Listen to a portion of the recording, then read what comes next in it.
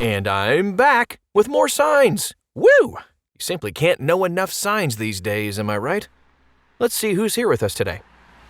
This is a T intersection sign. It's telling you that soon you're going to have to turn left or right because your road is ending. Which way you turn is up to you, but be sure to yield the right-of-way to traffic on the cross street.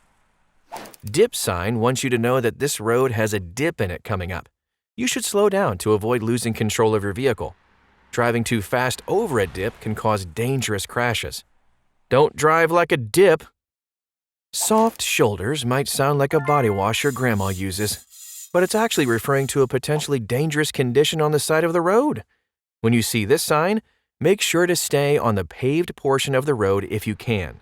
The dirt on the side of the pavement shoulder is soft, and you might lose control of your car if you drive over it. This sign is letting you know that an upcoming bridge is narrower than the road. Slow down, drive carefully, and be aware of cars merging into your lane. I'm going to let you guess what this one means, okay? That's right. It means there's a highway intersection ahead.